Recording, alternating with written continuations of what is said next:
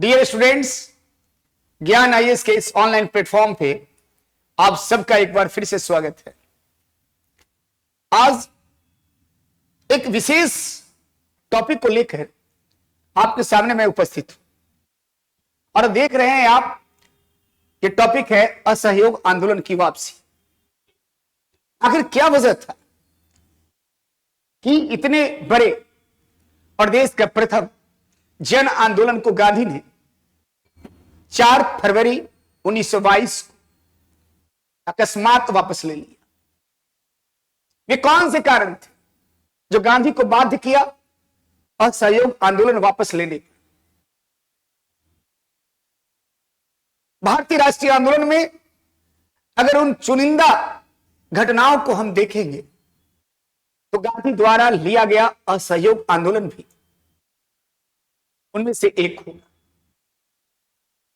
तो आइए आज हम लोग इतिहास के इस विवादास्पद इतिहास के इस पहेली को सुलझाने का प्रयास करें और इस प्रकार से कि एक सामान्य व्यक्ति भी इस पहेली को समझ सके। जैसा कि आप जानते हैं कि इतिहास के अंदर जब कोई भी जो आंदोलन होता है वो आंदोलन 2 आधार पर चलाए जाते हैं। आंदोलन का एक आधार होता है सैद्धांतिक और दूसरा आधार होता है व्यवहारिक। यानी कोई भी आंदोलन के 2 पक्ष होते हैं, सैद्धांतिक और व्यवहारिक। यहां गांधी का सिद्धांत का मतलब क्या है? अहिंसा। क्या है? अहिंसा। और जहां तक व्यवहारिक पक्ष की बात है तो आपको पता होना चाहिए, चाहे वो कोई भी नेता हो, कोई भी नेतृत्व करता हो, अपने व्यवहारिक पक्ष को, व्यवहारिक आधार को या व्यवहारिक कारणों को कभी नहीं बताता। असहयोग आंदोलन को जो वापस लिया गया उसके केवल सैद्धांतिक यानी अहिंसात्मक कारण नहीं था, उसके केवल चौरी चौरा की घटना नहीं थी, बल्कि उसके व्यवहारिक पक्ष भी थे। तो आइए आज हम लोग उस कारणों को देखने का प्रयास करते हैं। जैसा कि आपको पता है 1 अगस्त 1920 को खिलाफत के मंच से और हिंदू मुस्लिम एकता को ध्यान में रखते हुए गांधी ने असहयोग आंदोलन प्रारंभ किया। यह महात्मा गांधी के द्वारा चलाया गया प्रथम जन आंदोलन था। लेकिन सब कुछ ठीक चल रहा था और 4 फरवरी, डेट क्या है? 4 फरवरी 1922 को उत्तर प्रदेश के गोरखपुर में एक ऐसी घटना घटी जो हिंदुस्तान के इतिहास को झकझोर दिया। किसी ने उम्मीद नहीं की थी कि राष्ट्रीय आंदोलन जो अपने चरम पे था उसे एक ही झटके में गांधी द्वारा वापस ले लिया जाए। आखिर क्या हुआ था उस दिन? कुछ तो हुआ होगा। तो 4 फरवरी के पहले हम लोग चलते हैं 2 दिन पहले, 2 फरवरी, यानी 2 फरवरी को हम लोग चलते हैं। एक स्वयंसेवी संगठन का नेता था भगवान अहीर। वह लीडर भी था और रिटायर्ड सैन्य अधिकारी, जो डॉक्यूमेंट में मिलता है। उसके नेतृत्व में कुछ लोग पुलिस थाने में गए और अपनी शिकायत को दर्ज कराया। लेकिन भगवान अहीर के साथ पुलिस कर्मियों द्वारा दुर्व्यवहार किया गया और इसके पश्चात 4 फरवरी 1922 को बड़े पैमाने पर भीड़ थाने की ओर गई। कहते हैं वहां थानेदार गुप्तेश्वर सिंह सहित कुल 22 पुलिसकर्मी को जिंदा जला दिया गया। कई स्रोत 23 पुलिसकर्मी का भी हवाला देते। जब बाद में कारणों का पड़ताल किया गया तो कहा गया कि मांस की बढ़ती हुई कीमतों के कारण ये लोग शिकायत किए थे। हालांकि कुछ अन्य स्रोत अनाजों की बढ़ती कीमतों को मूल कारण बताते हैं। कुछ भी हो, कारण था मांस या अनाज की बढ़ती कीमत और इन स्वयंसेवी नेता के साथ किया गया दुर्व्यवहार। और इस प्रकार से जब 22 पुलिसकर्मी को जलाया गया, मार दिया गया, तो इस घटना की खबर दशरथ प्रसाद द्विवेदी द्वारा तार के माध्यम से गांधी जी को दिया गया।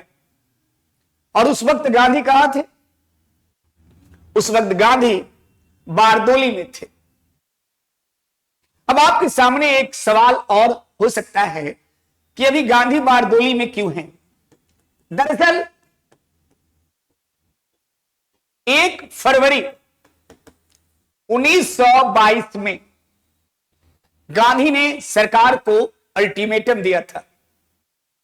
गांधी ने दिया था कि अगर ब्रिटिश गवर्नमेंट अली बंधुओं को की रिहाई नहीं करता, प्रेस पर से प्रतिबंध नहीं हटाता और बाकी जो शीर्ष नेतृत्व है उसको नहीं छोड़ती, तो 1 सप्ताह बाद बारदोली से कर न अदायगी आंदोलन की शुरुआत की जाएगी। और यही वजह है कि अधिकांश कांग्रेस के नेतृत्व जो जेल से बाहर थे वो बारदोली चले गए थे। तो स्वाभाविक है कि ये जो तार गया था दशरथ प्रसाद द्विवेदी द्वारा, ये बारदोली में गया।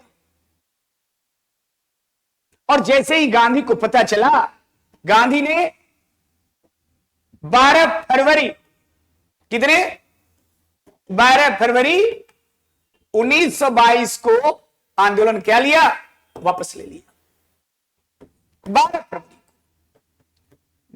और कहां से लिया? बारदोली से। यानी गांधी ने बारदोली से 12 फरवरी 1922 को चौरी चौरा घटना के पश्चात आंदोलन वापस ले लिया। लेकिन यह सवाल है, यह वह सवाल जिसकी मैंने शुरुआत की थी कि आखिर कारण क्या था? क्या केवल इसके सैद्धांतिक कारण थे? क्या गांधी जी ने केवल अहिंसा की वजह से लिया? नहीं, इसके व्यवहारिक कारण। सबसे पहले बात क्या थी? गांधी प्रारंभ में ही बता दिए थे कि मेरे नेतृत्व में कांग्रेस द्वारा कोई भी आंदोलन प्रारंभ की जाएगी तो सभी ने अवज्ञा और अनुशासन, अहिंसा इस पर आधारित होगी। वो एक नियंत्रित आंदोलन होगा जहां जनता को कोई विशेष अधिकार नहीं होगा। गांधी ने पहले ही यह घोषणा कर दिया था कि कांग्रेस की मंच से कोई भी हिंसात्मक आंदोलन प्रारंभ नहीं किया जाएगा। इसका मतलब है कि चौरी चौरा घटना के पश्चात कहीं न कहीं गांधी के इस सिद्धांत को, इस आदर्श को व्यापक धक्का लगा। लेकिन इसके व्यवहारिक पहलू भी है, जहां इतिहासकारों का ध्यान कब गया। एक बात बताइए, जिस प्रकार से यह घटना हुई, 22 पुलिस कर्मियों की हत्या की गई, अब अंग्रेज चुप नहीं बैठने वाला था। अंग्रेज चुप नहीं बैठने वाला था। संभव था इस घटना के पश्चात ब्रिटिश सरकार द्वारा आतंक की राज्य की स्थापना की जाती।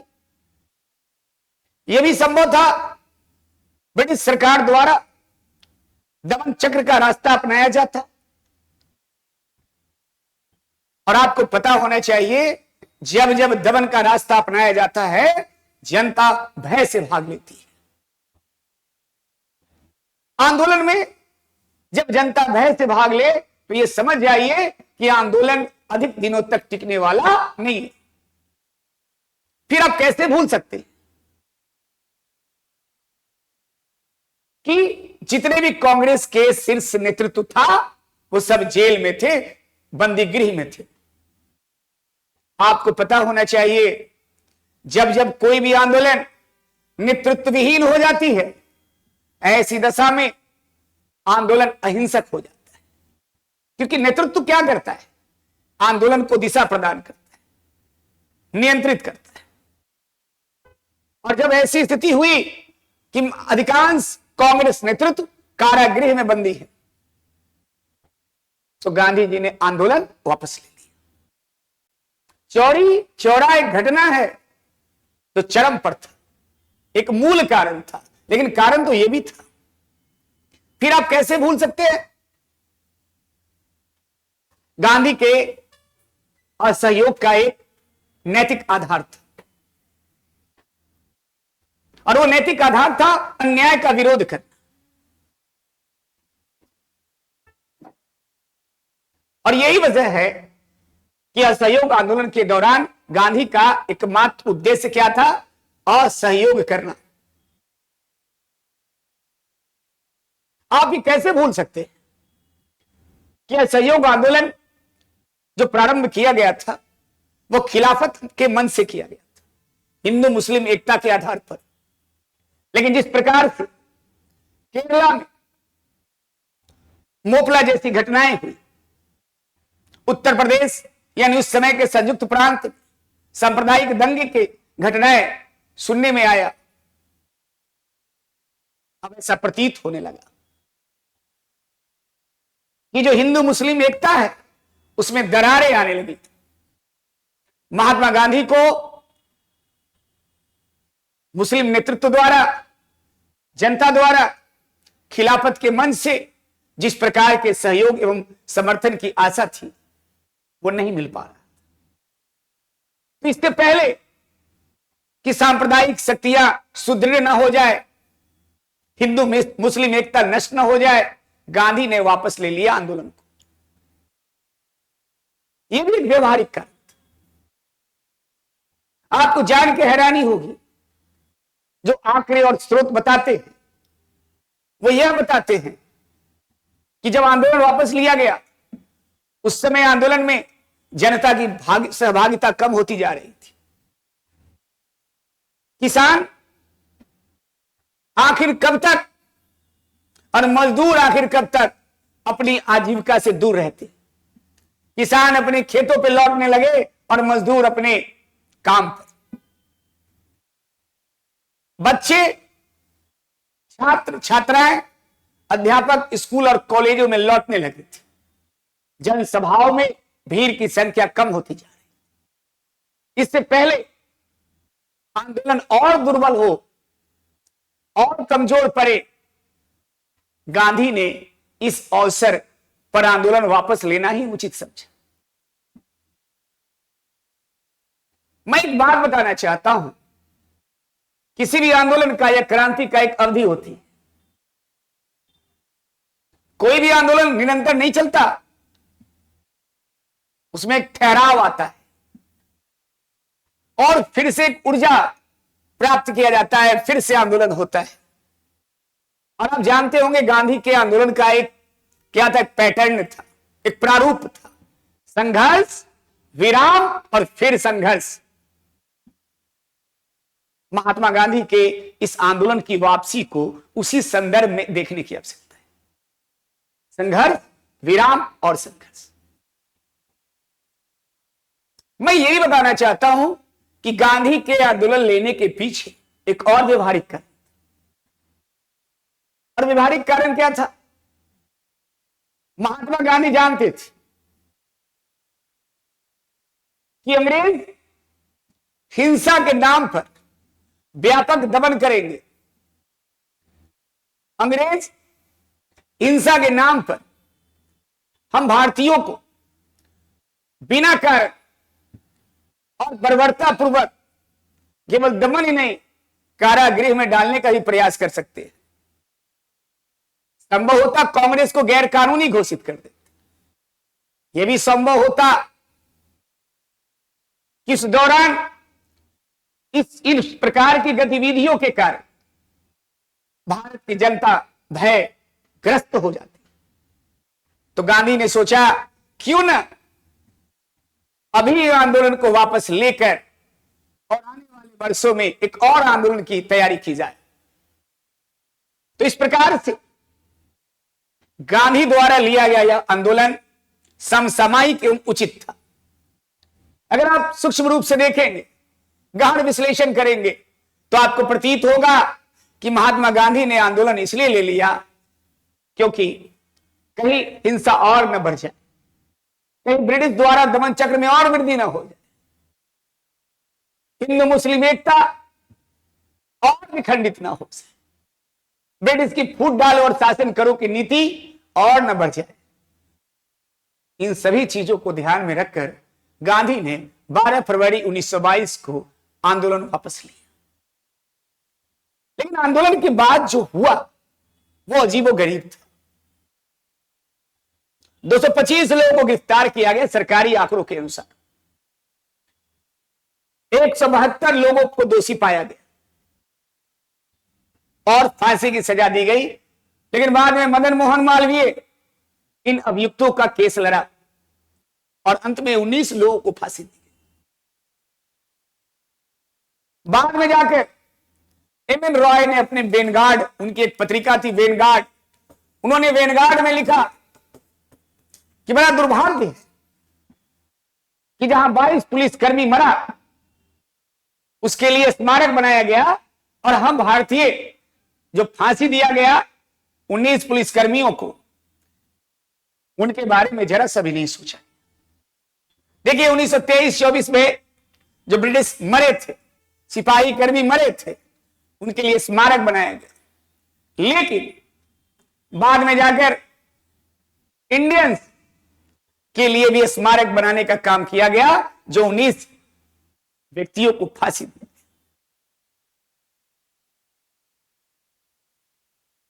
एक बड़ी अनमोल और महत्वपूर्ण बातें मैं आपके साथ साझा करना चाहता हूं, और यह है कि किसी व्यक्ति को या किसी व्यक्ति के निर्णय को समझने से पहले उसके विचार को समझना जरूरी है। अगर आप किसी व्यक्ति के विचारों को समझते तो संभव है कि उसके द्वारा लिए गए निर्णय का आप निष्पक्ष रूप से विश्लेषण करने में सक्षम। गांधी के इस निर्णय को अगर समझना है तो गांधी के विचारों और सिद्धांतों को समझना आवश्यक है। इसलिए मैं आज ये बताना चाहता हूं कि गांधी पे जो आरोप लगाते हैं कि गांधी ने उस समय आंदोलन को वापस लिया जिस समय आंदोलन चरम पर था, तो यह कहना एक पक्षीय होगा और अनुचित भी। हालांकि उस समय के बहुत सारे नेतृत्व ने गांधी पे आरोप लगाया था, और उसी समय नहीं, आज भी इतिहास के विद्यार्थियों द्वारा, शिक्षकों द्वारा और न जाने कितने लोगों द्वारा ये आरोप लगाए जाते हैं। मुझे उम्मीद है इस वीडियो के माध्यम से गांधी के इस आंदोलन की वापसी को बेहतर तरीके से समझने में सहायता मिलेगी। जय हिंद, जय भारत।